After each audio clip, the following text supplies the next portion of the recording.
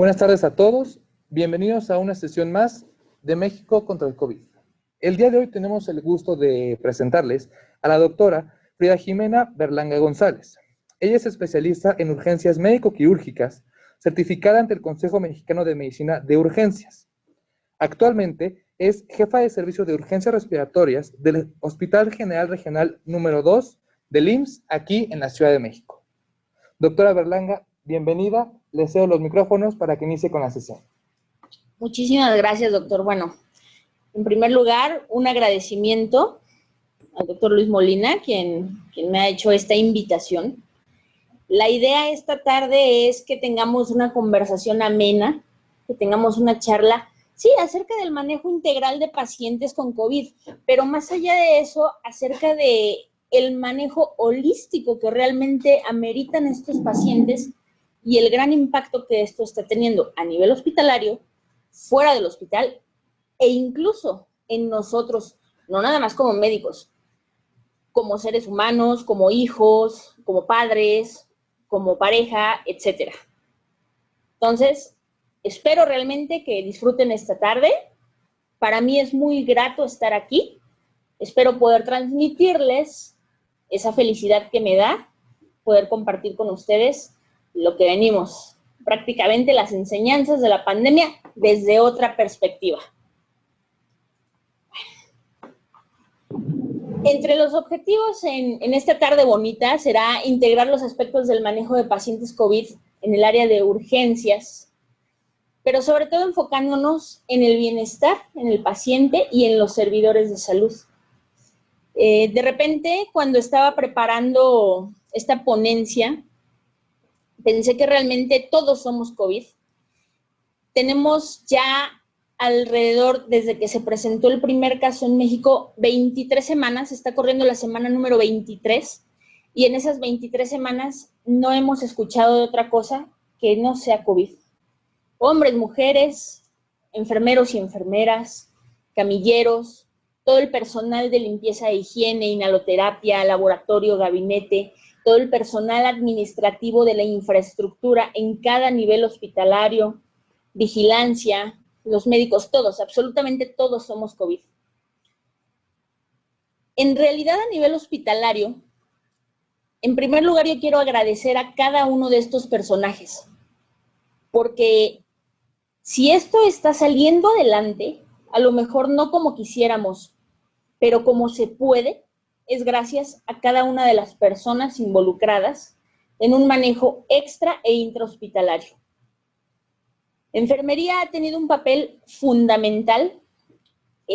Ustedes no están para saberlo, ni yo para contarlo, pero normalmente las jornadas de enfermería son más largas y más extenuantes que las jornadas de los médicos. ¿Esto es injusto? Sí. Pero si viviéramos en un mundo justo, tampoco habría COVID. Entonces, en ese sentido, enfermería ha sido una piedra angular en la vigilancia y el manejo de los pacientes.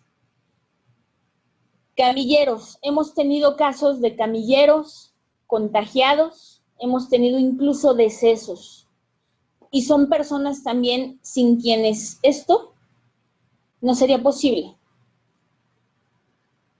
Seguramente muchos de los que están en este foro en estos momentos se manejan en un ambiente hospitalario.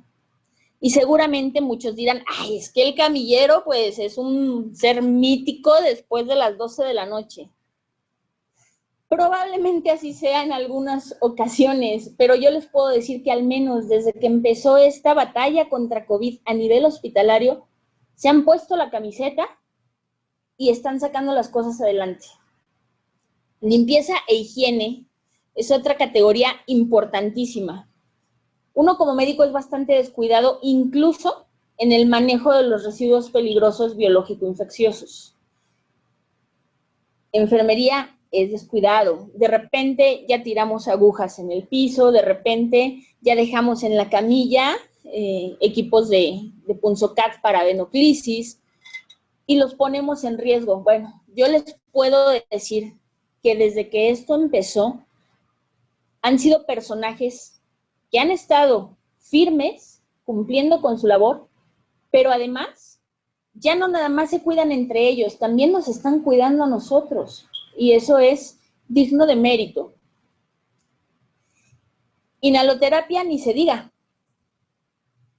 Sabemos que el manejo avanzado de la vía aérea, que el apoyo mecánico ventilatorio en los pacientes que están cursando con una enfermedad grave por SARS-CoV-2 es fundamental. Por lo tanto, el equipo de inhaloterapia también tiene absolutamente todo mi agradecimiento y todo mi respeto.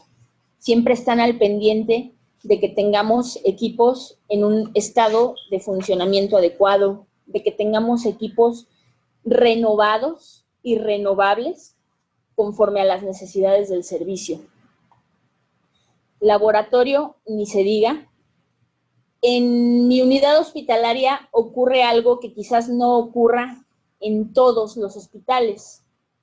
Aquí, el personal de laboratorio es quien lleva a cabo la toma de muestras de hisopado para reacción en cadena de polimerasas de SARS-CoV-2. Sin ellos, en primera estaríamos más saturados de trabajo, sería mucho mayor nuestro nivel de exposición y no se podría cerrar ese candado que asegure la primer línea de las metas internacionales en la calidad de la atención al paciente, lo que ahora son las acciones esenciales, que es la identificación adecuada de los pacientes. Ellos también son una parte fundamental para cerrar filas en ese sentido y poder tener así garantía de que lo que estamos documentando en cuestión de casos positivos sea lo que es.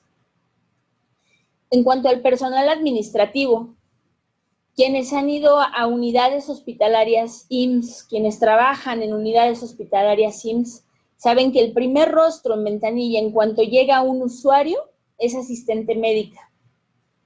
Ellas se han sumado a la importante labor de priorizar el manejo de estos pacientes. Aparentemente podría ser un proceso hasta trivial la documentación de una hoja de atención inicial. Pero sin esta hoja de atención inicial, no podríamos dar secuencia a todo el manejo. Sin el proceso administrativo, nos frenaríamos en poder obtener la información necesaria para realmente decir con cifras todo lo que se está haciendo. El personal de vigilancia en mi unidad, cada uno de ellos asignados al área de urgencias respiratorias, al área de hospitalización respiratoria, ha tenido que recibir capacitación, que adecuarse a la nueva realidad, y entonces ellos conocen muy bien el equipo de protección personal, saben cómo utilizarlo, saben en qué momento abordarte incluso y decirte, doctora, es que va llegando un paciente, ok, ya entró, no, todavía no entra, pero lo estoy viendo que viene caminando y le falta el aire. Ah, caray, Poli, pásele el triage, por favor. Ahorita le pongo otro cubrebocas y ayúdenos. Porque casualmente durante el mes de mayo, que en la delegación sur del IMSS se cumplió el estándar y la predicción epidemiológica anticipada, estuvimos extremadamente saturados. Y créanme que el personal de vigilancia también nos apoyó infinitamente. Ahora, con todo este rollo, básicamente lo que les quiero decir es que no nada más los pacientes y o el médico y la enfermera son COVID. Todos, absolutamente todos los involucrados en el medio hospitalario somos COVID. Y si lo traspolamos a la vida fuera del hospital, créanme que absolutamente todos somos COVID. Yo dudo mucho que a estas alturas haya alguien que no sepa de algún caso o que no conozca a alguien que ha estado enfermo de COVID o incluso que ha fallecido de COVID. Entonces, vamos a empezar esta charla con ese pensamiento y esa sensación. Todos somos COVID. A todo esto vamos a hacer rápidamente un spot con lo más reciente. El viernes pasado el doctor Hugo López-Gatell notificó que tendríamos que hacer ya una adecuación a la definición operacional de caso sospechoso de COVID. Entonces, simplemente como recordatorio para todos, es todo aquel paciente que en los últimos 10 días haya cursado como síntoma único con tos, fiebre, disnea o cefalea, y que a eso se agregue algún síntoma único de mialgias, artralgias, odinofagia, dolor torácico, escalofrío, rinorrea, anosmia, disgeusia o conjuntivitis. ¿Qué pasa con esto?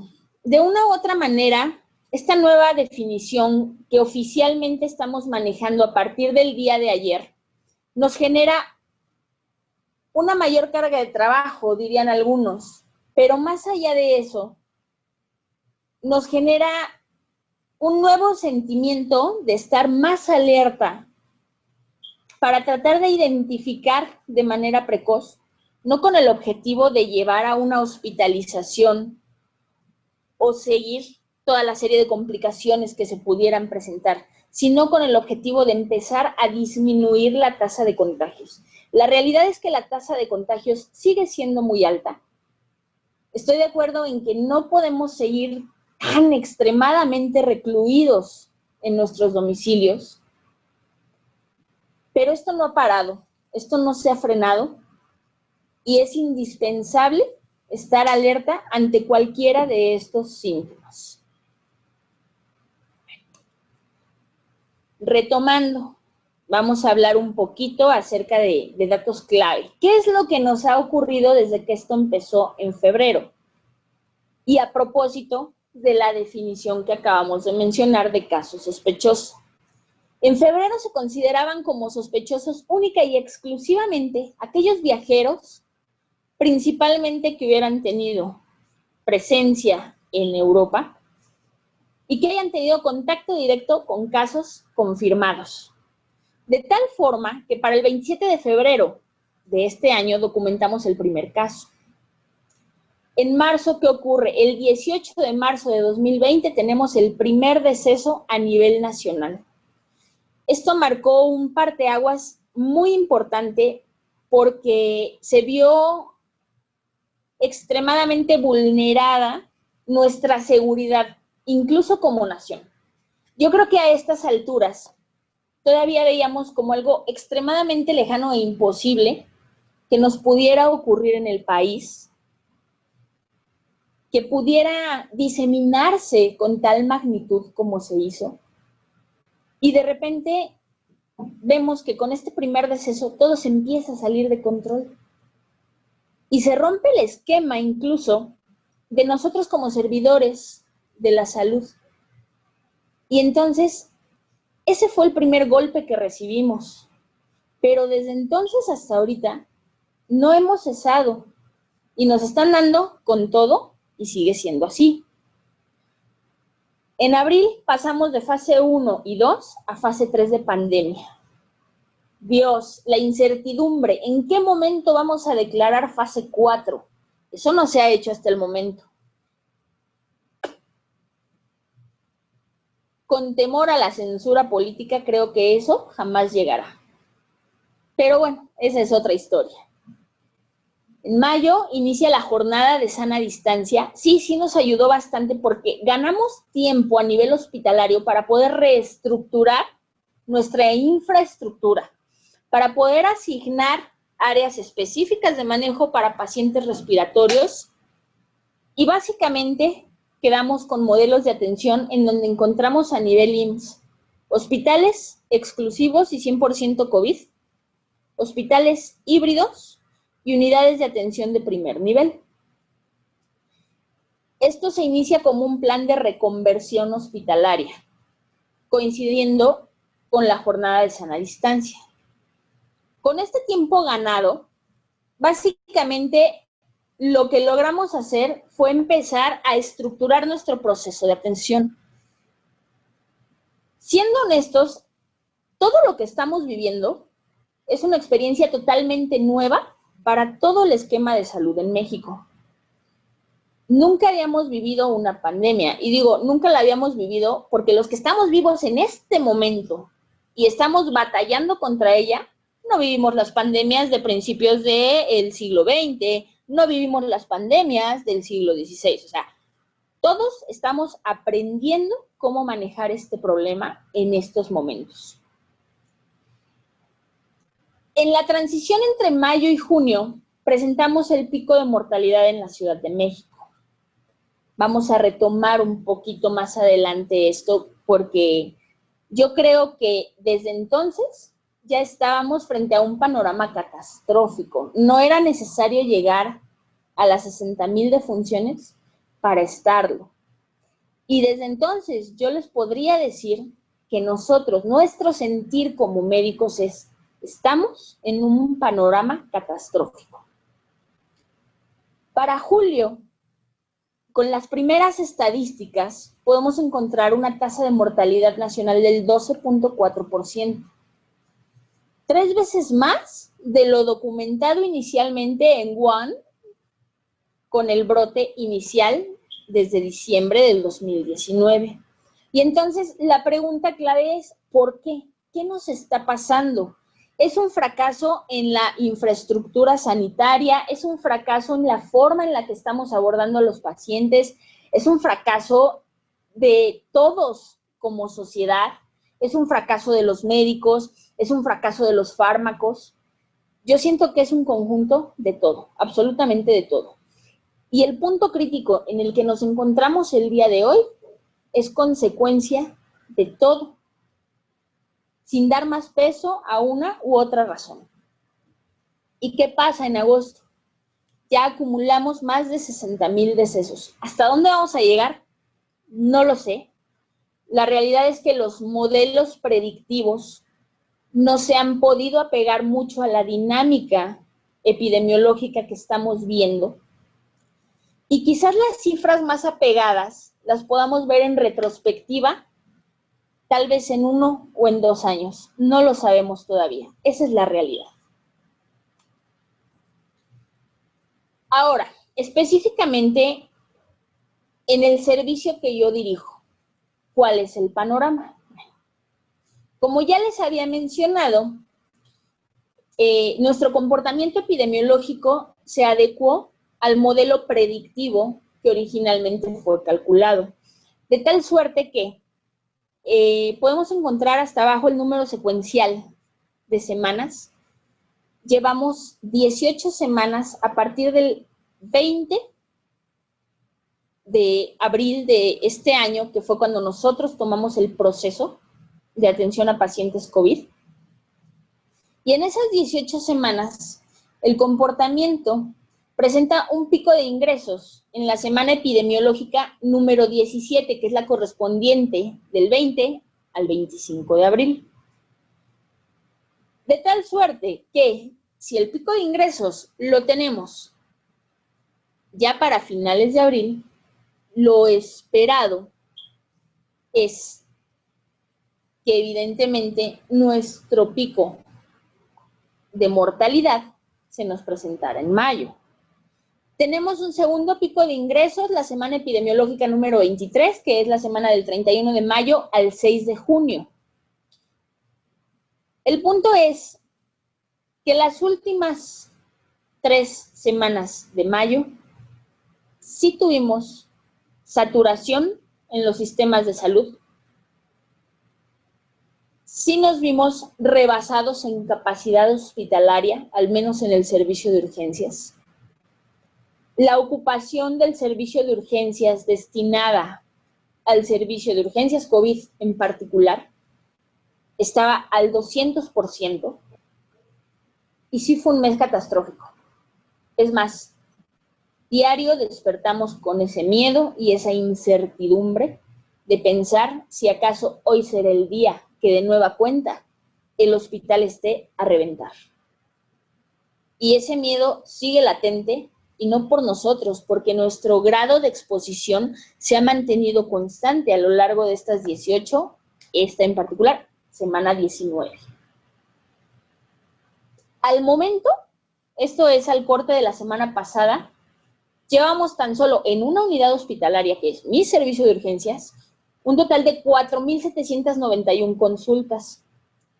El porcentaje de ingresos es el 37,6% en mi unidad hospitalaria. Pero si podemos ver en esta gráfica, el número de consultas que está graficado en la porción superior ha ido a la baja, pero no de una forma tan simétrica como la cantidad de ingresos, no en la misma proporción. Con esto, ¿qué les quiero decir? En mayo estábamos manteniendo a lo mejor en un intervalo de 24 horas, 53 consultas, y de esos 53 pacientes se ingresaban alrededor de 18 pacientes. Al día de hoy tenemos en 24 horas únicamente 24 consultas, de los cuales se están ingresando 16 pacientes. ¿Qué está ocurriendo? Lo que nosotros estamos viendo es que las personas acuden menos a los servicios de atención hospitalaria y por tanto están llegando en peores condiciones. En otros aspectos, la pregunta es, ¿realmente estamos domando la pandemia? ¿Ese sería el término adecuado? ¿O nos estamos aproximando como especie a la extinción como los dinosaurios? Eso suena demasiado nihilista y hasta catastrófico. Pero yo les puedo asegurar que no hay un solo día que no pase por nuestra cabeza esa idea y que también es un sentimiento común. ¿Qué pasa? Retomando un poquito el comportamiento. El mayor pico de ingresos lo tuvimos del 10 al 16 de mayo. El 43,6% de las consultas que acudían al servicio se ingresaban. Hasta el momento, en papeles oficiales, a nivel internacional, la tasa de porcentaje de ingresos más alta, de repente la presentaba Reino Unido, y no rebasaba el 33%. Entonces, ¿por qué estamos ingresando tanto a nuestros pacientes? Bueno, creo que esto también va de la mano con los factores que tenemos como sociedad en común. Tristemente, factores de riesgo. ¿Cuáles? Hipertensión y obesidad. Diabetes mellitus. Si recordamos, somos el país más obeso del mundo. Y de diabéticos, bueno, ni qué mencionar. Esto nos pone en un conflicto bastante severo porque ya per se nos anticipa que la población que nosotros vamos a manejar a nivel hospitalario tiene mucho mayor riesgo de complicaciones. Tan solo del 17 al 23 de mayo, 7 días, documentamos 70 decesos confirmados por SARS-CoV-2. 70 confirmados, 10 decesos al día. Tristemente, yo les comento de manera extraoficial, tuvimos más decesos, pero si recordamos un poquito, mayo fue un mes en donde, como nación, porque fue un problema general, no existían la cantidad suficiente de medios de transporte viral para realizar todas las pruebas que hubiéramos querido. Esta es la cifra oficial de una unidad hospitalaria. En cuanto a pacientes con apoyo mecánico ventilatorio, mi unidad hospitalaria cuenta con 33 ventiladores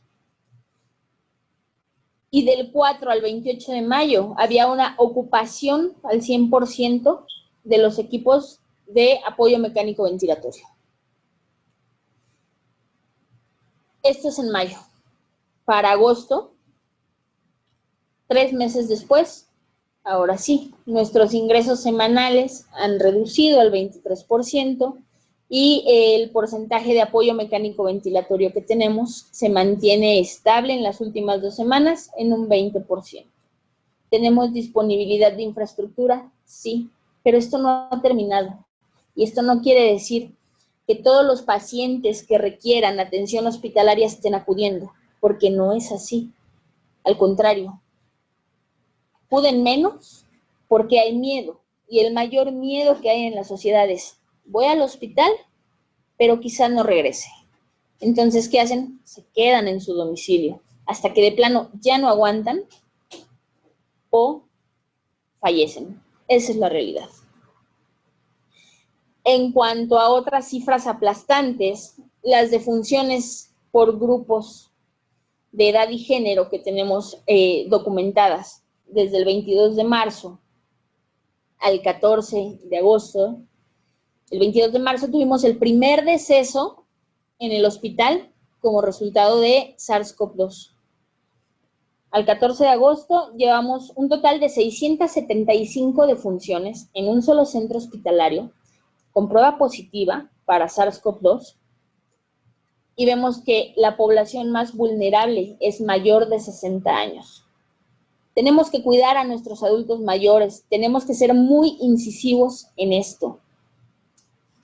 Desafortunadamente, el mismo contexto social en el que estamos no ha sido el más favorable para que se mantengan en domicilio. Seguimos viendo mucho adulto mayor en las calles porque es su necesidad. Seguimos viendo mucho adulto mayor que ha sido víctima de los nietos. Entonces, una vez más, vamos a quedarnos con esta pequeña reflexión. Hay que cuidar a nuestros adultos mayores. Mi madre es un adulto mayor. Tiene 3 meses que no convivimos en el mismo domicilio. Soy un ejemplo mínimo, pero les puedo asegurar que no soy el único ejemplo.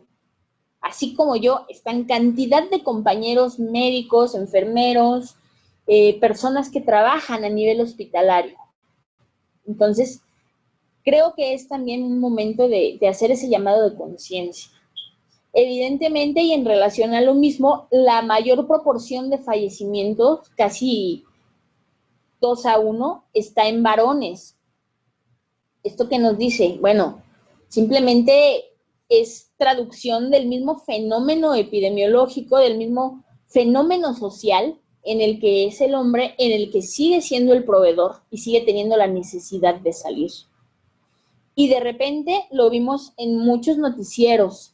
De repente nos dimos cuenta que era el hombre el que salía a hacer las compras, el que salía a exponerse. Pero tristemente todo esto ha tenido consecuencias. Y ahí están las cifras. Las cifras no mienten. Eso es todo. Hay una mayor proporción de varones que han fallecido.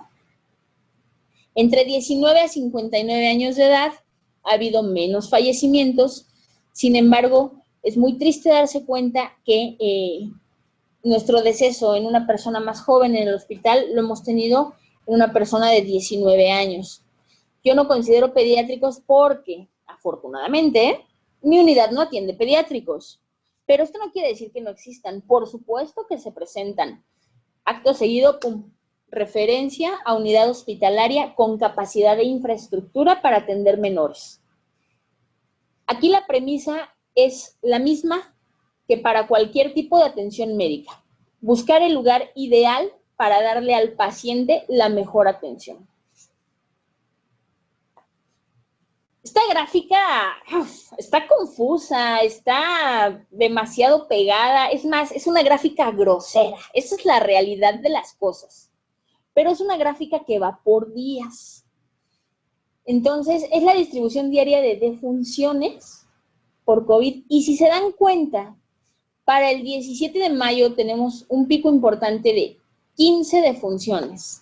Y para el 19 de mayo, 19, 20, 22 de mayo presentamos 17 defunciones en un solo día, confirmadas. Al día de hoy, estos últimos días de agosto, afortunadamente hemos tenido ya la bendición de poder decir que hemos presentado, al menos desde que empezó agosto, 3 días que no hemos tenido una sola defunción. Pero solo 3 días, hoy estamos a 26 de agosto. 3 de 26. Entonces, esto definitivamente no se ha acabado y la proporción de fallecimientos sigue siendo elevada. Esta gráfica también está grosera, también está muy fea, pero ¿qué nos refleja? Aquí lo que me interesa mucho que reflexionemos es, no nada más tenemos defunciones de pacientes con COVID en las unidades hospitalarias. ¿Qué está pasando con pacientes que acuden por otros padecimientos? Bueno, en mayo esto logró frenarse un poco. Disminuyó la tasa de fallecimientos por otro tipo de padecimientos. Pero, nuevamente, disminuimos el semáforo de alerta, se reaperturan varios aspectos de la vida social cotidiana. La desesperanza y la desesperación de la población ha generado un incremento en la violencia y entonces, a partir de julio, ya el panorama que tenemos es prácticamente a la par de funciones de pacientes COVID y de pacientes no COVID. En agosto, nuestro panorama ya se está invirtiendo. Al día de hoy tengo mayor cantidad de pacientes no COVID y mayor cantidad de decesos no COVID. Es pronto para pensar en una recuperación total de los servicios de salud como los teníamos implementados. De hecho, es una labor prácticamente imposible. Esto ha marcado una diferencia total en la forma de ofrecer servicios de salud de aquí en adelante. Y esto va a ser de por vida. Entonces, no vamos a tener una recuperación total, pero es momento de empezar a implementar estrategias que nos permitan brindar atención de calidad a pacientes con padecimiento COVID y pacientes con padecimiento no COVID. Se está empezando a invertir la relación y no podemos seguir así. ¿Todavía no se duermen? ¿Todos bien? A ver, levanten su manita, saluden todos. Muy bien, eso está excelente. No se duerman, ¿eh? Bueno, si les da sueño, avisan. Vamos a clavarnos un poquito más en los aspectos más crudos. Emocionalmente, ¿qué está pasando? ¿Ustedes creen que los médicos no lloran? A ver, levanten la mano los que creen que los médicos no lloran. Ok, levanten la mano los que creen que los médicos sí lloran. Bien. Sí, la verdad es que los médicos somos bien chillones. Esa es una realidad absoluta. Pero, es como los golpes. Si vas a golpear a alguien, golpéalo donde no se vea. Entonces, nosotros lloramos, pero donde no nos vean. Así de fácil. ¿Qué ha generado emocionalmente COVID? Nos está dando desesperación, nos está dando ansiedad. En un inicio, la ansiedad era secundaria a tener que permanecer en un área de confinamiento durante más de 6 horas seguidas, con equipo de protección personal completo, sofocado, acalorado, sin poder respirar adecuadamente, porque además, hasta el momento no estábamos, ninguno de nosotros, acostumbrado a utilizar mascarillas con filtro N95, N100 o incluso full face mask o incluso otros dispositivos más avanzados que ahora son parte de nuestra vida cotidiana. Entonces, en un inicio, la desesperación del médico, del servidor de salud, era por eso. Y todo eso se ha ido transformando. Hoy ya no nos causa ansiedad el equipo de protección personal. Hoy nos causa ansiedad despertar y decir, ¿será hoy el día en que llegue y de nueva cuenta esté saturado de pacientes? ¿Será hoy el día en que nuevamente tenga que decidir si tengo 3 o 4 pacientes a los que hay que ofrecerles el beneficio del apoyo mecánico ventilatorio al mismo tiempo y tener un solo ventilador disponible y tamizar y decidir a quién, hoy eso es lo que nos está causando ansiedad. A nivel social, ¿qué es lo que está pasando? Las últimas encuestas apoyadas por la UNAM lo que nos dice es que realmente ha incrementado el porcentaje de autolesiones, de riesgo de suicidio, de estrés agudo y algo muy importante de burnout. Como sabrán, se generaron convenios a nivel hospitalario en las grandes instituciones para lograr que aquellos servidores de la salud con factores de riesgo para enfermedad grave se mantuvieran en sus domicilios. ¿Lo han hecho? Sí, por supuesto que sí. Pero entonces el personal disponible disminuyó en una proporción bastante considerable. Y entonces los que nos mantenemos a raya y en pie de lucha, de manera compensatoria, tuvimos que hacer un poco más extenuantes nuestras jornadas laborales. Y no conforme con ello, el nivel de exigencia emocional se volvió mayor. Porque ya les puedo decir algo, hasta ahorita jamás habíamos visto tal cantidad de fallecidos, ni habíamos tenido que notificar a tantos familiares la cantidad de fallecidos que hemos tenido hasta el momento. Todos nos vemos afectados. Esta frase, bueno, se me ocurrió de repente. El amor hacia lo que uno hace es la redención por el cambio de prioridades que implica nuestra vocación. Todos hemos alterado nuestras prioridades en la vida. Nos hemos alejado de las personas que amamos para protegerlas. Esta imagen me gusta mucho. Mamá y coronavirus. Es de un personaje de 6 añitos de edad cuya mamá se la vive en el hospital enfrentando el coronavirus. Y obviamente su prioridad ya no es ese pequeñito en este momento. Desafortunadamente su prioridad es justo el coronavirus. Y lo está percibiendo y lo está resintiendo ese chaparro. Y como este caso, yo les puedo decir que hay muchísimos así.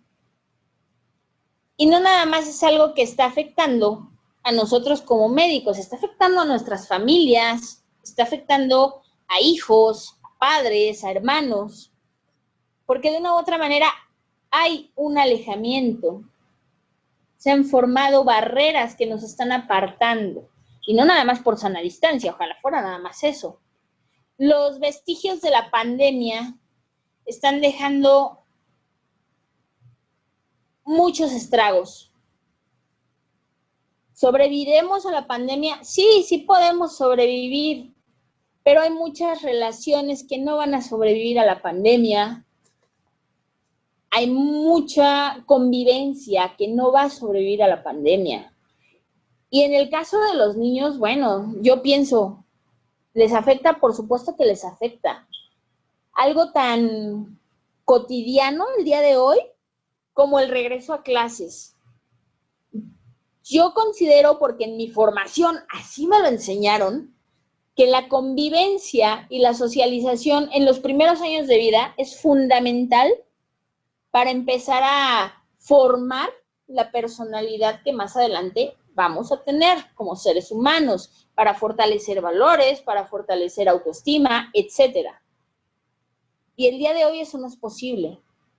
El día de hoy los niños están en sus domicilios, apartados, recibiendo sus clases a distancia, así como nosotros ahorita, y eso no está padre. ¿Ustedes creen que yo no extraño tener un auditorio así de carne y hueso en vez de pantallas? Digo, está muy padre la idea, me permite verlos, me permite interactuar con ustedes, decirles de nuevo a todos, hola, ¿no se están durmiendo? No, perfecto. Excelente. No se duerman, ¿eh? Si les doy sueño, me avisan. Bueno, pero sí extraño un auditorio. Y si yo, que soy un adulto de años, extraño ese contacto, pues los niños mucho más. Entonces, en verdad es algo que nos está afectando a todos. Y depende de todos el nivel de afectación que vamos a tener ahora, a corto, mediano y largo plazo. Mantener presentes en todo momento los mecanismos de transmisión. Tener certeza sobre los mecanismos fisiopatológicos. Utilizar nuestras habilidades clínicas para un diagnóstico precoz. Anticipar potenciales complicaciones y aprender a vivir con SARS-CoV-2 en nuestro entorno. Yo creo que estos serían los 5 puntos, y no precisamente de otro rollo, que resultan fundamentales de aquí en adelante. Los mecanismos de transmisión los hemos ido aprendiendo y entendiendo mejor al paso del tiempo en estos meses.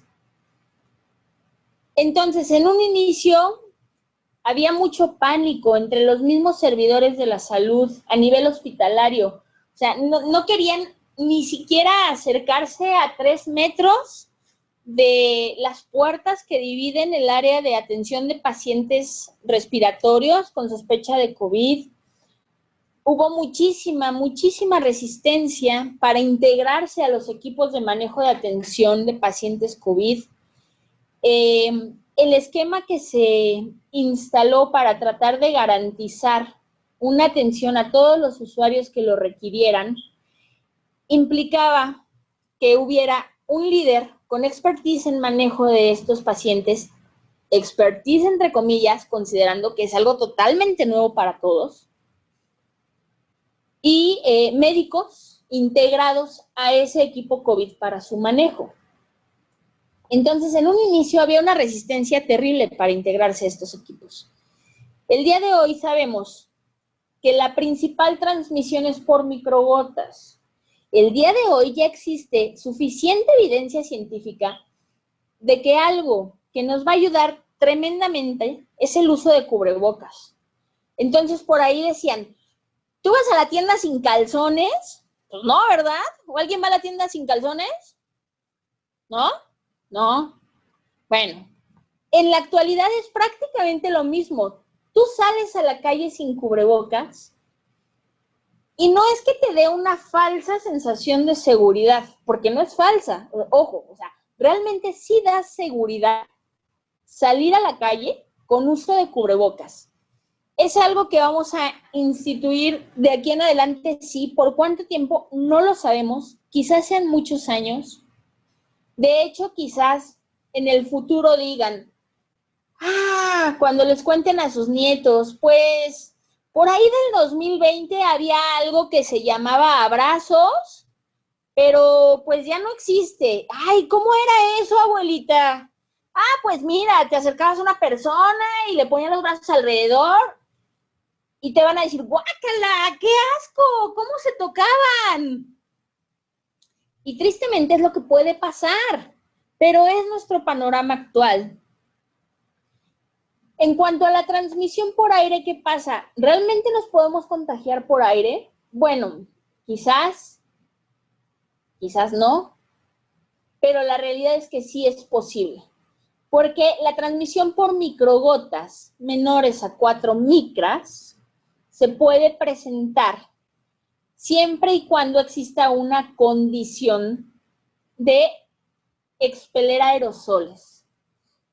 ¿En qué condición un paciente es capaz de expeler aerosoles? Bueno, cuando se encuentra en una secuencia de intubación rápida, cuando se está realizando aspiración de secreciones sin uso de dispositivo de circuito cerrado, cuando se encuentra en maniobras de resucitación.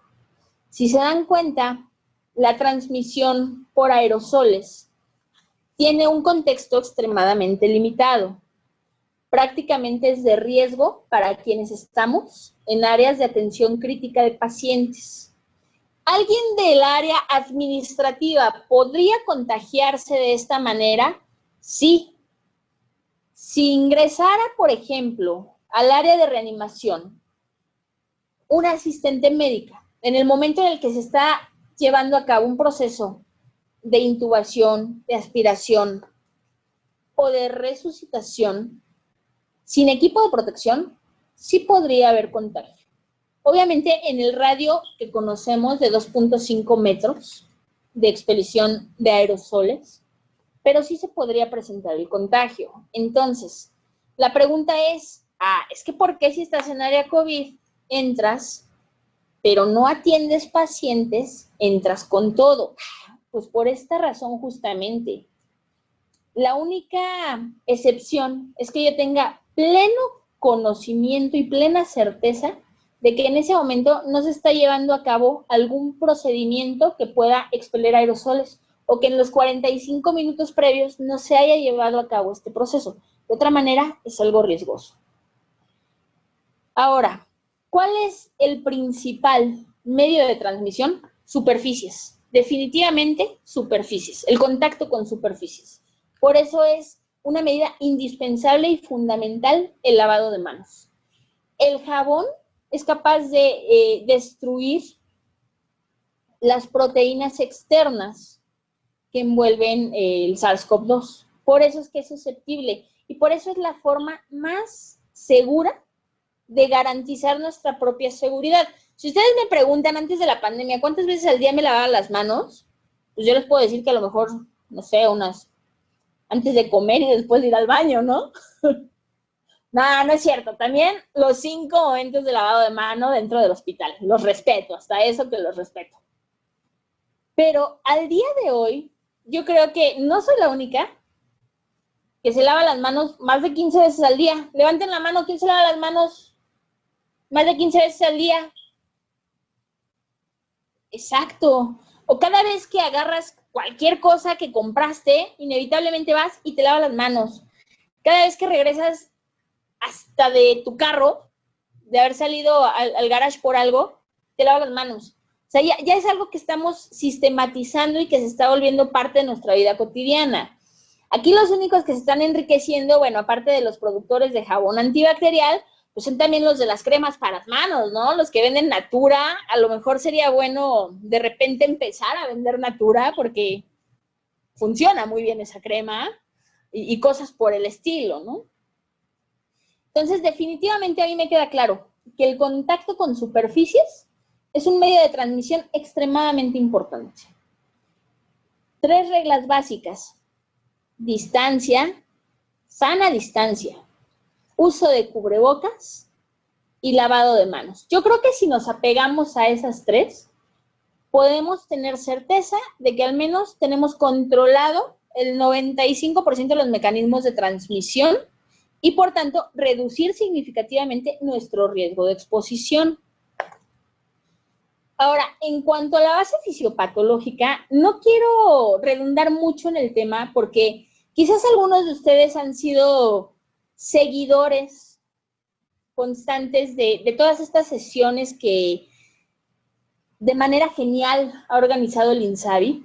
Entonces, no vamos a redundar tanto en la base fisiopatológica, pero tenemos que recordar algunos aspectos indispensables de SARS-CoV-2.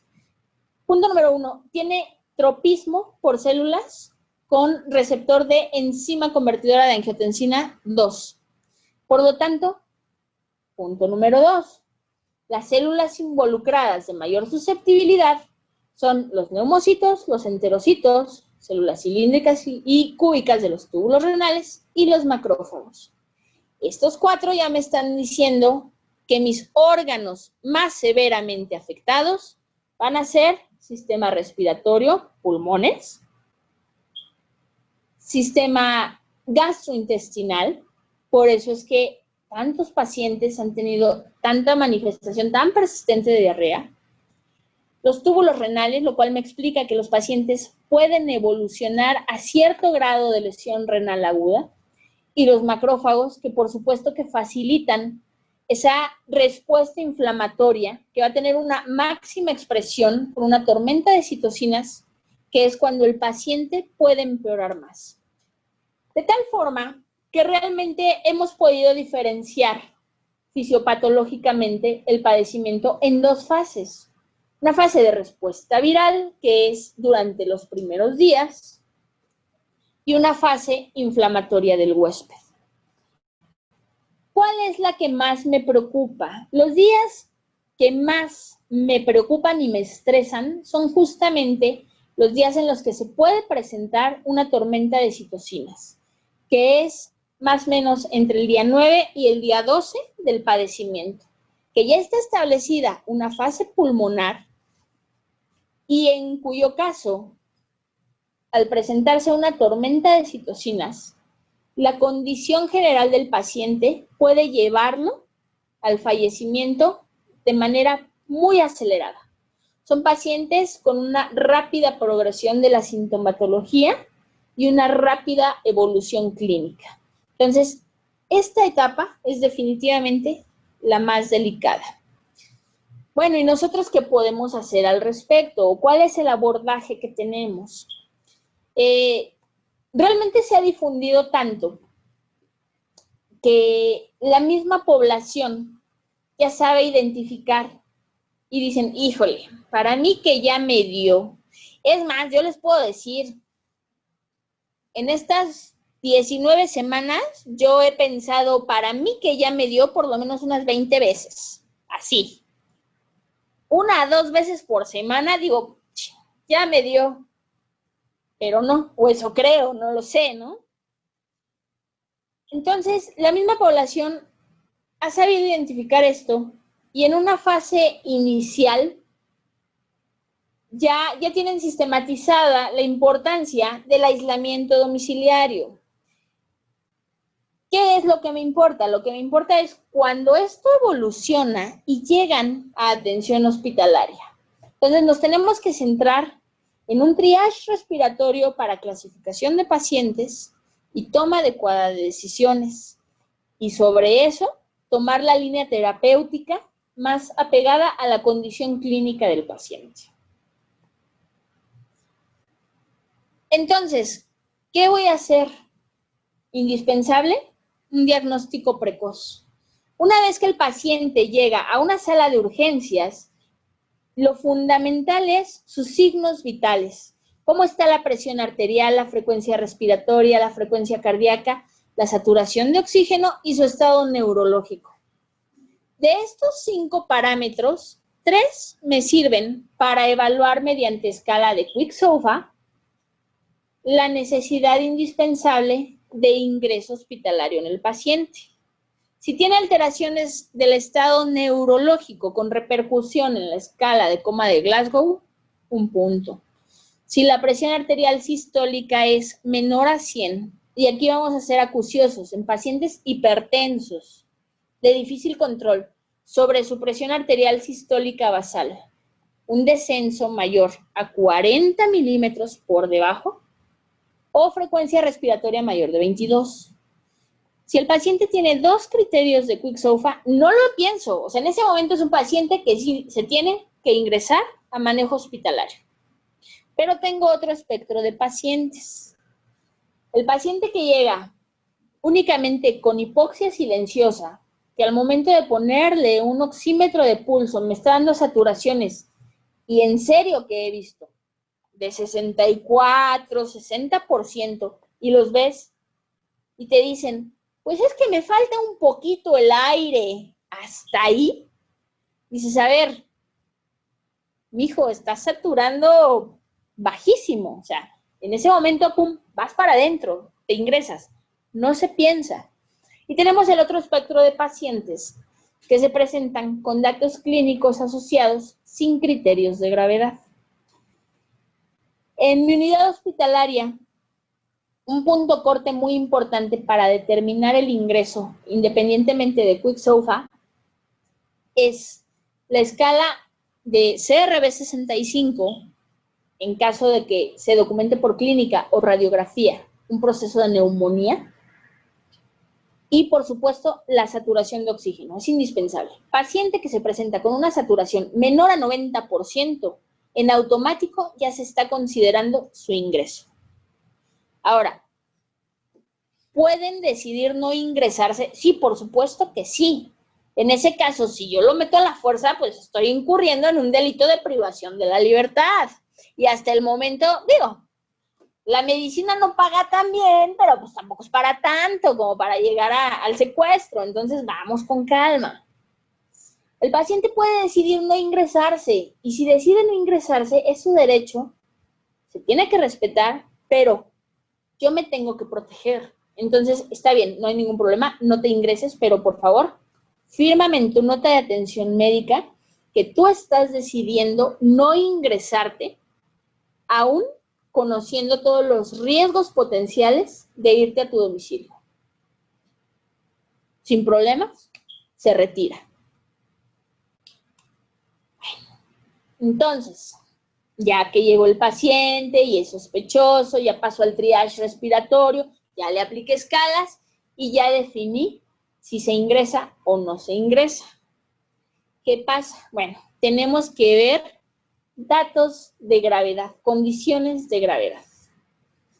Las condiciones de gravedad prácticamente tienen que ver con datos que me orienten a considerar un estado de hipoperfusión tisular relacionado con choque, en este caso séptico, o que me lleven a considerar que la dificultad respiratoria con que ingresa el paciente lleva inherente una insuficiencia respiratoria y que eventualmente va a presentar colapso respiratorio, es decir, un paciente que requiere en breve apoyo mecánico ventilatorio.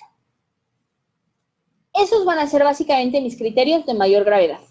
Si el paciente tolera, necesita ser ingresado, pero al iniciar oxígeno suplementario mejora, y quizás no tanto como yo quisiera, pero a lo mejor si lo colocamos en posición prono, despierto, levanta saturación y aguanta, ¡qué padre!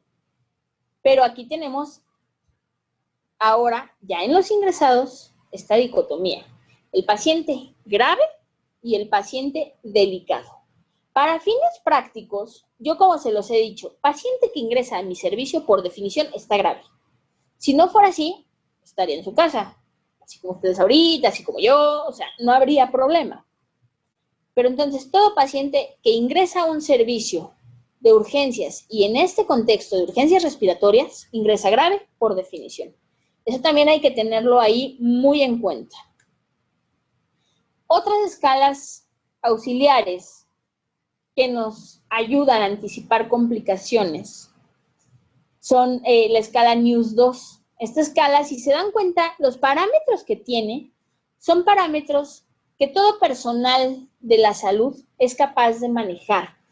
Aquí a lo que voy es, enfermería tiene un potencial impresionante. Enfermería tiene muchísimas capacidades.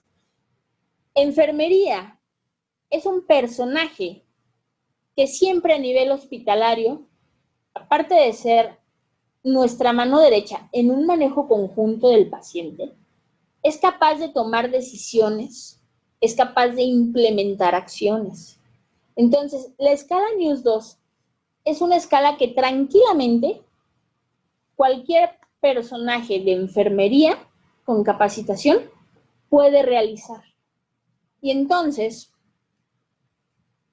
ellos son los primeros que van y te dicen, doctora, aguas, porque ese paciente tiene 9 puntos de NEWS. Le voy a estar tomando cada 15 minutos los signos. Y no es necesario decirles más. En el momento en el que el paciente se empieza a deteriorar más, les juro que hay personal de enfermería que va y te dice, doctora, ya le tengo todo para intubarlo, porque se está deteriorando y nos va a ganar. Y no saben qué satisfacción tan grande es poder trabajar con personal así. Porque existe una comunión maravillosa, porque avanzas más rápido en el manejo del paciente y porque se hace un ambiente laboral increíble. Entonces, mi reconocimiento a todos los profesionales de la enfermería, de verdad. Y bueno, la otra escala que mencionamos, CURV 65, para esta necesitamos valores de urea, su hermanito menor, que es el de rápido acceso, que es el CRB65, pues también es una escala de fácil manejo, únicamente nos considera la presencia de confusión, alteraciones neurológicas, el incremento de la frecuencia respiratoria por encima de 22 y la presión arterial sistólica por debajo de 100, como ya lo habíamos mencionado. Y esta escala se relaciona con un porcentaje de mortalidad esperado en pacientes ya hospitalizados que están cursando con neumonía. Ahora, ¿es importante documentar todo esto? Sí, por supuesto que sí, porque de nada me sirve ser sabio y conocerlo si no lo implemento. Todo esto hay que difundir e implementar, porque entonces el día en el que el pronóstico del paciente empeora, no es por ufanarse, no, pero yo puedo decir, yo se los dije, se va a complicar y va a empeorar. Y no por ufanarse, no por presunción, simplemente porque la información ahí está y es importante manejarla. A ver, bueno, ¿qué más sigue? Ya mencionamos las etapas fisiopatológicas en el curso clínico del paciente. Y entonces tengo que estar muy al pendiente de los signos y síntomas de alarma que ya mencionamos para poder integrar estrategias terapéuticas. Básicamente, todo el choro que les he dicho hasta ahorita está integrado aquí. ¿Pero qué más le voy a hacer al paciente? Pues ojalá con la clínica fuera más que suficiente para todo, pero no. Necesito auxiliares de diagnóstico, mis auxiliares de diagnóstico de laboratorio y gabinete.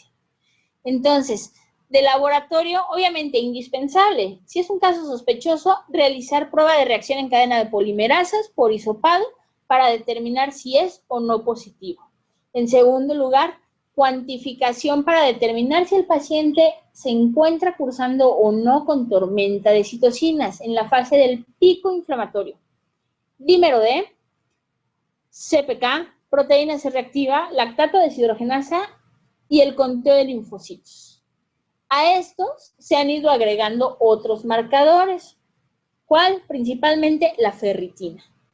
Una ferritina mayor de 300 aunado a estos valores, también me están diciendo, ojo, el paciente se va a complicar más. Tu paciente está en una etapa proinflamatoria de un pico máximo en el que puede tener un desenlace fatal si no lo estás monitorizando.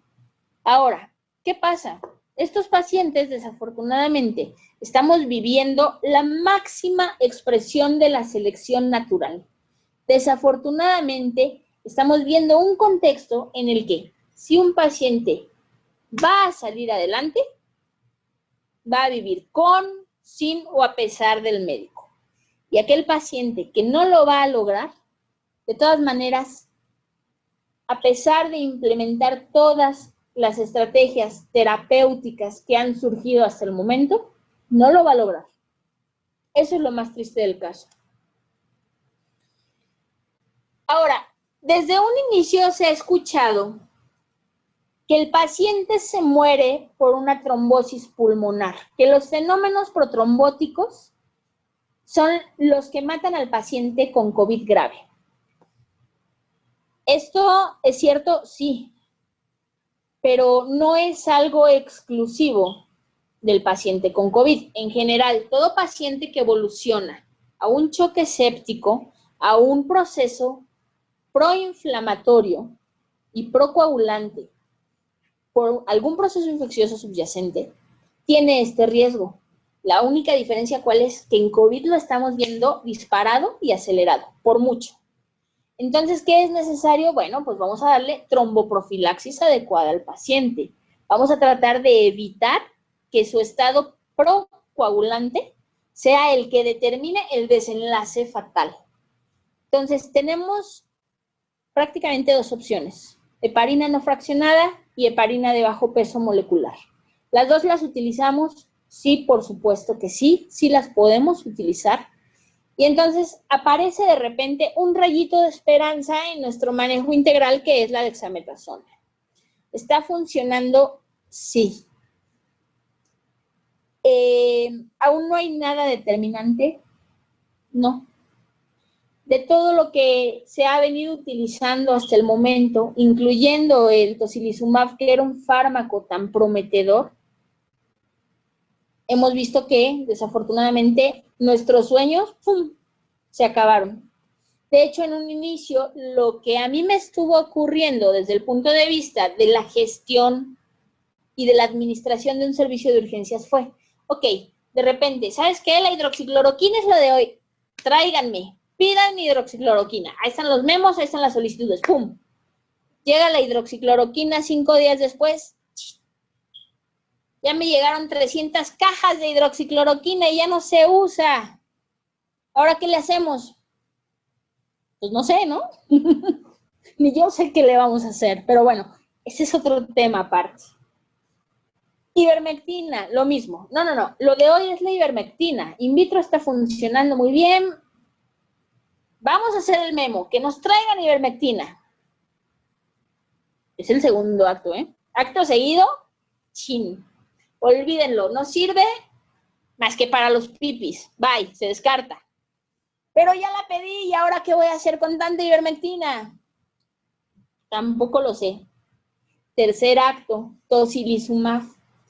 Es que el único proveedor elevó los costos que se manejaban a inicio de año de frasco ámpula de 9,000 pesos a 36,000 pesos. No importa, que se haga la solicitud. Se pide. Tercer acto, fallido. Y desafortunadamente es el tropiezo que hemos tenido una tras otra con COVID. Bueno, ¿ya los aburrí? ¿No? No, ok. A ver, saluden todos, porque creo que ya los aburrí. ¿No? ¿Todavía nos aburren? Ah, bueno, está bien. Entonces, después de todo lo que les acabo de mencionar, básicamente, cuando el paciente está durante el momento álgido de la tormenta de citocinas, no nos queda más que apegarnos de lleno a él, protegerlo contra infecciones sobreagregadas y estar cuidando muchísimo los parámetros ventilatorios, ofreciendo reclutamiento alveolar, ofreciendo ventilación prono, ofreciendo parámetros de protección alveolar. A lo largo de todo el ciclo de conferencias han ahondado mucho en estos temas, entonces no me voy a detener tanto aquí. Lo que sí quiero mencionar es índice de ROX. Tenemos dos herramientas que nos sirven mucho en pacientes con SIRPA. Una vez que el paciente está haciendo distrés respiratorio, lo primero que necesito para clasificarlo es mi índice antes llamado de Kirby, índice PAO2-FIO2. Toda vez que yo puedo decir, ok, mi paciente está cursando con un síndrome de distrés respiratorio, vamos a sacarle índice de ROX. Es una fórmula pequeñita, la podemos ver ahí. Lo único que necesitamos es la saturación de oxígeno, la fracción inspirada de oxígeno con la que tenemos al paciente y su frecuencia respiratoria. Esos tres parámetros. Esos tres parámetros utilizados en esta fórmula me van a dar un valor numérico. Si ese valor es menor a 7, ya estoy pidiendo las cosas para intubarlo. Yo ya me estoy anticipando y estoy preparando todo mi material y mis planes de manejo de vía aérea. Porque, ojo, como lo mencionamos al inicio, desafortunadamente somos el país más obeso del mundo. Desafortunadamente la obesidad es un factor de riesgo para mala evolución del paciente con COVID. Y entonces, ¿qué pasa? Yo tengo que tener todos mis planes de vía aérea preparados y anticipados, porque yo les juro que el paciente obeso es de vía aérea difícil, que en un contexto de SARS-CoV-2 no levanta saturación a pesar de manejarlo con presiones altas, y que ese paciente, si no manejo bien la vía aérea y rápido, es un paciente que lo estoy condenando a caer en un evento de paro. Entonces, es una herramienta buenísima el índice de ROX.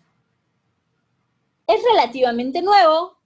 Ahora, está tomando un nuevo auge con el SARS-CoV-2, así que úsenlo. Entonces, ¿qué está pasando? Tenemos una nueva normalidad. Se oye bonito, ¿no? La nueva normalidad. Híjole. El problema es que nuestro sentir es que es una normalidad, que más bien es una pseudo-normalidad, llena de desesperanza, llena de hostilidad y llena de sinsabores. ¿Cuáles serían 5 recomendaciones para esa nueva normalidad? Bueno, en cuestión de convivencia y socialización, por supuesto que es necesario reubicar y rediseñar viviendas. Yo creo que en particular las viviendas de todos los que estamos involucrados en las áreas de la salud se han ido modificando. ¿Por qué? Porque ya no entras con esa confianza de saber que llevas toda la ropa impregnada de partículas de aerosol, de COVID. Porque antes de entrar a casa te retiras zapatos, te quitas la ropa, porque lo primero que haces llegando a casa es meterte a bañar y es una rutina cansada.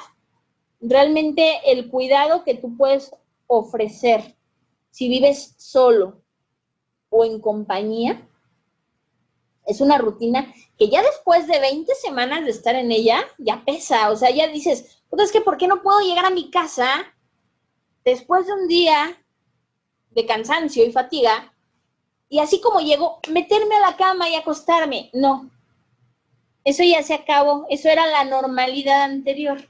La nueva normalidad es, llegas cansadísimo, pero primero quítate la ropa, quítate los zapatos y métete a bañar. Ya después de eso, lo que quieras. Entonces es complicado. Salud consciente. Híjole. Sí creo que se ha mejorado la alimentación y la actividad física en los servidores de la salud. Pero todos los que han estado en la cuarentena en sus casas, al contrario, ¿no? Ha sido más difícil porque el mismo encierro causa ansiedad. Y entonces dices, híjole, desayuné como a las 10 de la mañana unos hot cakes, es la 1, todavía no voy a comer, pero ¿y si me como unos chetos? Ya, comiste los chetos, comes y sigues picando entre comidas y picando entre picadas. Y entonces esa nueva normalidad en cuestión de alimentación, la verdad es que creo que ha sido un factor muy difícil para llevar a cabo en muchos hogares.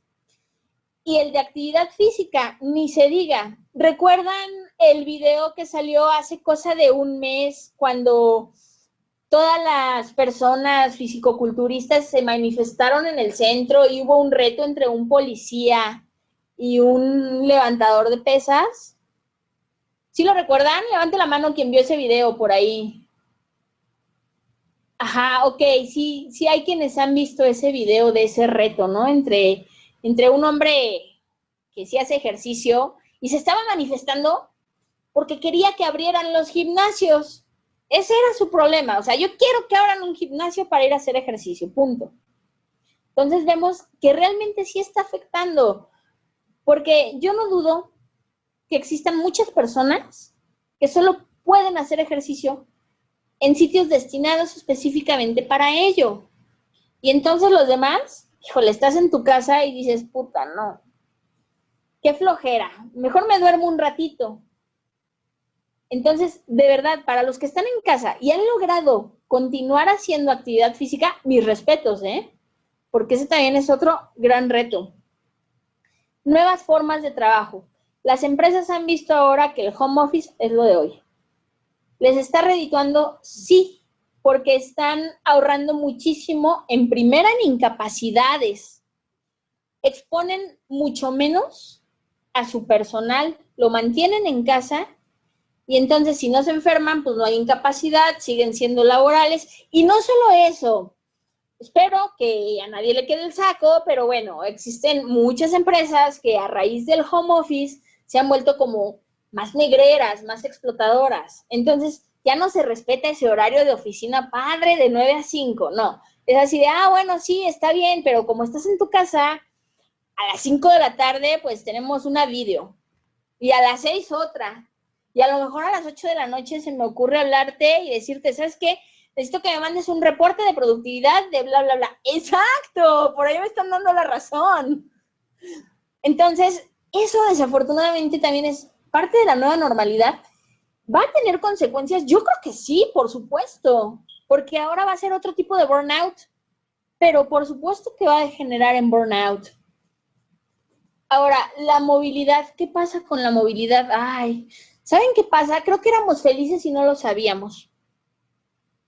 Y ahora que tenemos que estar en casa y que ya no es tan fácil, pues lo estamos resintiendo bastante. Y en cuanto al consumo responsable, todavía hay mucha gente que no asimila que lo mejor es que vaya una sola persona al súper. Si van dos por necesidad, yo creo que tampoco es malo. Pero todavía hay mucha gente que se resiste a creer que el COVID existe y que se resiste a tomar medidas adecuadas en espacios de consumo. Entonces, yo creo que estas 5 cositas son muy importantes en la nueva normalidad.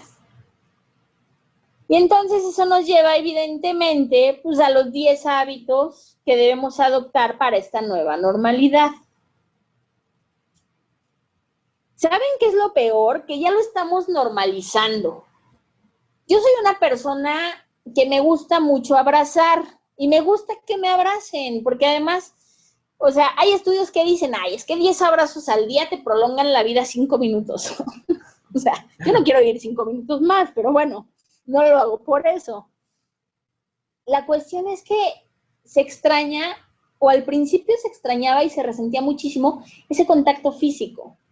Ahora lo hemos ido normalizando desafortunadamente y ya no, o sea, creo que incluso nos hemos vuelto más fríos en nuestro trato cotidiano y esto pues evidentemente va a tener consecuencias a mediano y largo plazo. A ver, levanten la mano los que extrañan abrazar. Todos, ¿no? Y los que tienen a quien abrazar en su casa, levanten la mano. Dichosos ustedes, ¿eh?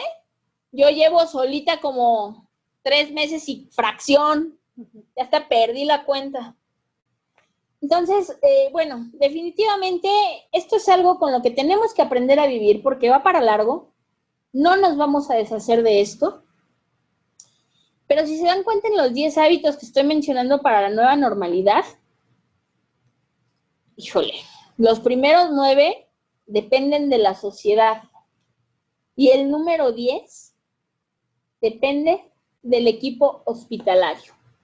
Porque esto fue un parteaguas definitivo para el manejo de pacientes de aquí en adelante. Porque yo jamás en la vida voy a poder atender a un paciente de nueva cuenta con esa calidez con que lo hacía. De saludarle de mano, de dirigirle una mirada y una sonrisa, porque ya no puede ver esa sonrisa, y de acercarme sin resistencia a auscultarlo, a palparlo, porque ahora evidentemente tomo otras precauciones y todo el personal médico está en la misma situación. Entonces, cambió por completo la forma de ofrecer el cuidado, la forma de ofrecer atención médica. Y con los pacientes, pues mucho más, porque ya no te llega paciente con COVID y nada más COVID, no. O sea, ahorita estamos recibiendo pacientes que llegan con, y vean el orden en el que lo pongo, trauma más COVID. Su motivo de consulta es accidente de motocicleta, accidente de vehículo automotor. Y en el protocolo que haces de revisión primaria, secundaria, terciaria, sorpresa, lesiones altamente compatibles tomográficamente con COVID. Híjole. La pregunta es, ¿tiene antecedentes clínicos o no? Muchas veces no se sabe. Y entonces eso me conflictúa, porque dices, ok, ¿lo dejo en el área de trauma o me lo llevo a COVID? Si me lo llevo a COVID y no es COVID, lo estoy condenando y exponiendo a un potencial contagio. Pero si lo dejo del lado de trauma, estoy exponiendo a todo mi personal. Entonces, estamos realmente enfrentándonos a dilemas bioéticos, a una difícil toma de decisiones que es cada día peor y que se va a recrudecer más al paso del tiempo mientras esto no se contenga. Otras situaciones especiales de pacientes con insuficiencia cardíaca congestiva crónica que llegan descompensados. En un inicio y sin una imagen, ups, ¿será sobrecarga hídrica o será COVID o los dos? Tampoco lo sé. Pacientes con enfermedad renal crónica terminal, lo mismo. ¿Es sobrecarga hídrica, es edema agudo pulmonar o es COVID o los dos? Pacientes con infarto agudo de miocardio, pacientes con diabetes mellitus que están llegando con cetoacidosis, crisis hiperglicémica, y la pregunta es la misma. ¿Es una crisis hiperglicémica aislada o está siendo condicionada por COVID? No lo sé. Entonces, en este sentido, el camino aún es muy largo y mucho depende también de la capacidad de adaptación de las infraestructuras hospitalarias. Desafortunadamente, no todos los hospitales tienen todo. Desafortunadamente, los sistemas de salud en el interior de la República tienen demasiadas carencias en los cuales el sector público difícilmente va a poder subsanar la coexistencia de COVID con otras comorbilidades. Entonces, esto sí lo veo como un escenario de mucho más difícil manejo y sobre todo que está llevando al límite nuestra capacidad de toma de decisiones como clínicos. Lo de menos es el nivel directivo, lo de menos es el nivel organizacional de los hospitales. Pero yo como clínico, al frente, como médico de primer contacto, ¿qué puedo hacer? Muchas veces estamos atados de manos y esa es una realidad. Entonces, ¿qué debemos hacer con estos pacientes donde coexisten? Bueno, pacientes con trauma, definitivamente la estructura de manejo de toda la vida. Priorizar atención e intervenciones conforme a preservar la vida, la estructura y la función, y al último la estética.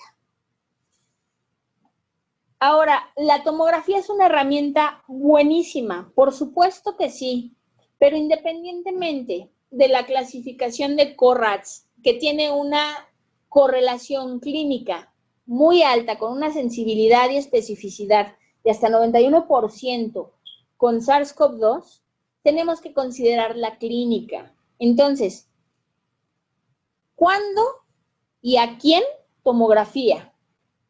Creo que estamos llegando a un punto crítico en el que se está convirtiendo en una herramienta de tamizaje. Pero la siguiente pregunta es, ok, ya tengo las imágenes, ¿en quién sí considero relación directa con SARS-CoV-2 y en quién esos cambios por imagen se pueden atribuir a otras enfermedades crónicas o agudas? Entonces, esa es otra reflexión muy importante, porque la clínica, a fin de cuentas, es la que sigue mandando. La invitación en general a todos los profesionales de la salud es justamente esa, no perder ese feeling, esa capacidad de hacer clínica. Interrogar, reinterrogar, indagar, explorar 1, 2, 3, las veces que sea necesario. Pero no nos podemos dejar llevar única y exclusivamente por una imagen. Bueno, y el urgenciólogo, ese bicho raro que parece que nació apenas en abril, cuando desde 1985 está institucionalizada y está sentada como una especialidad médica.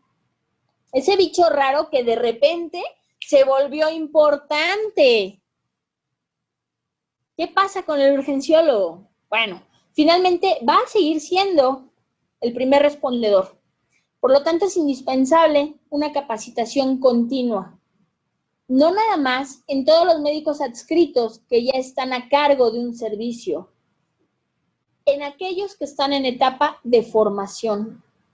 Y ocurre otra cosa curiosa. Toda la atención la tenemos centrada en el COVID. Y de repente las generaciones que se encuentran en etapa de formación en estos momentos están desatendiendo los otros padecimientos. Yo les puedo decir que los médicos residentes de este año están haciendo residencia en COVID, sean de urgencias, de trauma y ortopedia, de medicina familiar, de gineco. Todos los residentes en este año están haciendo especialidad en COVID. ¿Y qué va a pasar más adelante? Por eso es tan importante la capacitación continua. Debemos mantener en todo momento el índice de sospecha clínica y se los reitero, dando un peso bien particular a la clínica y a los aspectos clínicos. Y jamás confiarnos. Ya tenemos equipo de protección personal, ya lo sabemos usar. Bueno, se me hace importantísimo que sigamos manejando las listas de cotejo, de supervisión, en la colocación y retiro del equipo de protección personal, porque vamos a caer en esa normalización del uso, nos vamos a confiar y entonces, ¿qué vamos a tener después? Infecciones. El urgenciólogo es un bicho raro con una capacidad muy importante para el control de riesgos, tanto intra como extrahospitalarios. Tan es así que les cuento. Mi servicio de urgencias está conformado por 37 urgenciólogos.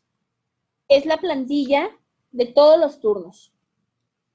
Hemos tenido de 37 únicamente 5 casos en estas 19 semanas. Es decir, solamente un 13% de mis urgenciólogos han cursado con enfermedad positiva por SARS-CoV-2. Pero lo más emocionante del caso es que esos 5 casos no han tenido relación entre sí. No hemos integrado como tal un brote. ¿Esto qué nos dice? Pues que no somos tan mensos. O sea, sí somos medio mensos, pero no tanto. Nos sabemos cuidar, nos estamos cuidando bien. Eso es lo mejor del caso. Esto también está representando una cultura del cuidado nueva en uno mismo y hacia los demás, ¿eh? O sea, eso ténganlo por seguro. Entonces, la pregunta es, ¿hasta qué límite nos llevará la resiliencia y la estoica fortaleza que nos mantiene enfrentando más muerte de lo que habíamos experimentado en toda nuestra vida como médicos? Ok, estamos en contingencia, sí. Estamos en una fase 3 de pandemia, también. Tenemos que prevenir brotes hospitalarios, sí, por supuesto. Pero, bueno, les voy a contar una cosita, pero no le van a contar a nadie. ¿Me prometen que no lo cuentan? ¿No? Ok. A veces hacemos pastelito. ¿Por qué? Porque me interesa que como médicos estemos bien emocionalmente. Me interesa favorecer una cultura organizacional positiva y propositiva. Eso los va a mantener tranquilos. Si estás tranquilo, vas a hacer bien tu chamba. Si la haces con amor y te gusta, y no estás en un ambiente laboral hostil, lo vas a hacer bien. Entonces, creo que este es otro punto que en medida de lo posible y adecuado a cada área hospitalaria, se tendría que retomar. Solo así vamos a poder ofrecer un buen manejo a los pacientes en fase aguda. Porque, ¿qué es lo que sigue? Ok, ya saqué a mi paciente, qué buena onda. Lo subí a piso, de piso, se egresó a su domicilio, se recuperó, porque también hay que decirlo, tenemos un porcentaje importante de pacientes recuperados. ¿Por qué no? Y eso también se tiene que exaltar. O sea, no todo es negro, no todo es color de rosa. Bueno, a mí ni me gusta el rosa, pero tampoco todo es negro. ¿Ok? Entonces, ¿pero qué voy a hacer con los pacientes recuperados? Esos pacientes eventualmente van a llegar a los servicios de urgencias por secuelas, por daño a órgano blanco. Y entonces, de nueva cuenta, tengo que garantizar una infraestructura hospitalaria capaz de responder a las necesidades de pacientes en etapa de secuela.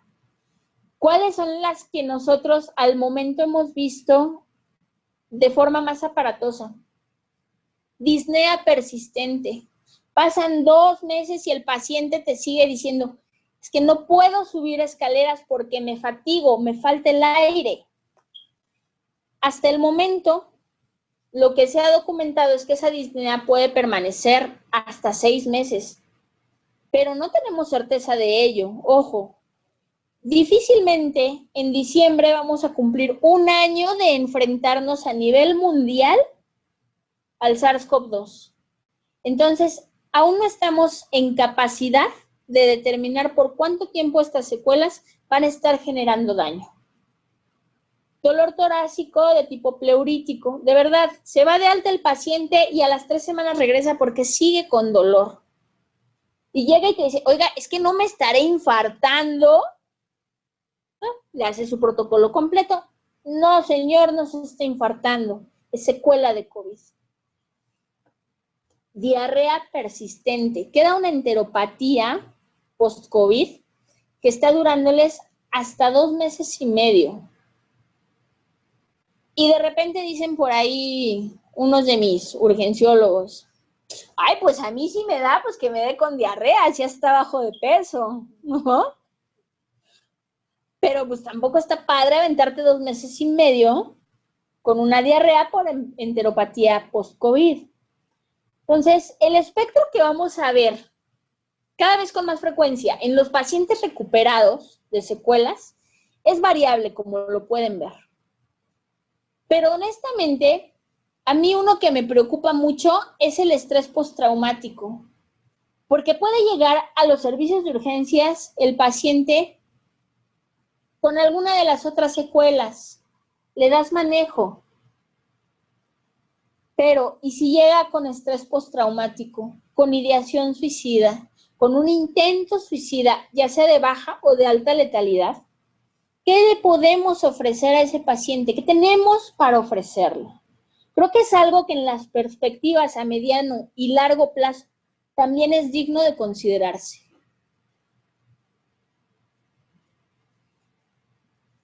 En sí el punto es, y con dedicatoria especial, mientras continuemos en esto juntos, lo mejor será conducirnos en la misma dirección, cuidando todos de todos. Yo creo que es un momento muy importante para dejar el egoísmo a un lado, para aprender a cuidar y para dejarnos que nos cuiden, porque además el urgenciólogo es bien rejego, o sea, en sí el estereotipo no tiene un complejo de semidios, como podría ser el de un neurocirujano, no lo dije yo, pero el urgenciólogo es difícil, es duro. ¿Por qué? Porque nos educan para ser duros, para aguantar, para tener la cabeza fría, para mantener orden y serenidad ante el caos. Para eso nos educan. Entonces, ¿logramos conseguirlo? Sí, por supuesto que sí, pero también es momento de ceder un poquito, aprender a cuidar y que nos cuiden. Y esto es el llamado número 81.342.514 a la sociedad para que nos cuide, porque nosotros somos los primeros respondedores. Y la realidad es que hasta el momento la sociedad no nos está cuidando, o sea, les vale gorro. Entonces, es importante difundir este mensaje. Sociedad, cuídanos porque te nos vamos. Y si no hay urgenciólogos, a ver quién los atiende. No es cierto. Siempre habrá quien los atienda, pero aquí es fomentar el cuidado. Entonces, ¿cuáles son nuestras perspectivas a futuro? Ya casi terminamos, se los prometo, porque creo que ya los aburrí o ya los cansé, no sé. Ya casi terminamos. Bueno, a corto plazo, ¿qué esperamos a nivel hospitalario? Tener reingresos por secuelas. Un desbalance de ingresos entre patologías COVID y no COVID con diferentes picos y en diferentes momentos. No olvidemos que desafortunadamente en un par de meses vamos a estar entrando a temporada de influenza. Entonces la infección respiratoria aguda grave se va a nos van a disparar los padecimientos metabólicos. Entonces, esto va a ser una lucha constante y vamos a tener que agarrarle el modo, no hay de otra. No todo es COVID, ¿ok? A mediano plazo, la recuperación de los espacios físicos en servicios de salud. Esa va a ser una tarea muy difícil, porque todas las modificaciones que se requirieron en las diferentes infraestructuras hospitalarias se han centrado en un aislamiento hacia el área COVID, hacia el área respiratoria. Pero no va a ser tan fácil en muchas unidades recuperar esos espacios. No es como, pues me voy de aquí a Cuernavaca y me regreso por el mismo caminito. No, desafortunadamente no es así. Habrá una persistencia de casos con un riesgo latente de rebrotes, que yo creo que va a ser a permanencia. Y además vamos a tener que esforzarnos por optimizar la capacidad instalada hospitalaria y su distribución.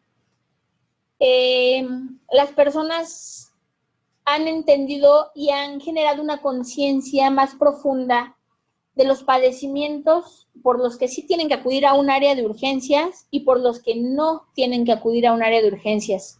Pero yo no tengo certeza de cuánto tiempo les va a durar esta conciencia. En el momento en el que esa conciencia se acabe, yo les puedo asegurar que vamos a tener otra vez un colapso importante en los servicios de urgencias por sobresaturación de consultas de urgencia sentida. Y a largo plazo, bueno, como les mencioné antes, fue un parteaguas esta pandemia. Nos está dejando en la calle en todos los aspectos, incluyendo, por supuesto, el aspecto emocional. Está marcando un cambio definitivo en los servicios de salud. Tenemos que aprender a coexistir con el SARS-CoV-2, con una capacitación permanente, incluso extensiva a la sociedad. Y bueno, en cuanto a la vacuna, los avances científicos van a buena velocidad, pero nos vamos a enfrentar a un gran problema, que será, ahora sí, ya está la vacuna. Bueno, viene lo más difícil, distribución y aplicación.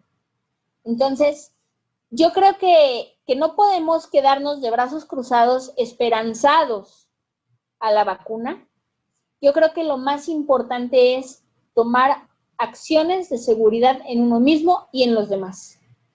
Garantizar la seguridad de nuestro entorno. Y bueno, COVID nos involucra a todos. ¿Va a ser así de por vida? ¿O al menos un tiempo considerable más? Y lo mejor que hemos aprendido con esta pandemia es que la humanidad es vulnerable, el futuro depende de todos. Y quiero en este momento aprovechar que este es un foro a nivel nacional para agradecer con el corazón entero a todos y cada uno de los involucrados en los servicios de salud. Y también a cada una de las personas no involucradas en los servicios de salud que ha hecho lo propio y que ha puesto un granito de arena para cuidarnos a los involucrados en los servicios de salud. Para cerrar, ¿qué hemos aprendido de la pandemia? Híjole, yo creo que esto es lo que más hemos aprendido. Éramos felices y no lo sabíamos. Los sueños son frágiles y la esperanza más. Y es un excelente punto de partida para reinventarnos como médicos, pero sobre todo como seres humanos. Muchísimas gracias a todos por su atención. Espero que no haya estado tan pesado. Espero que realmente haya sido una charla de café vespertina. No sé si tengan algún comentario, dudas.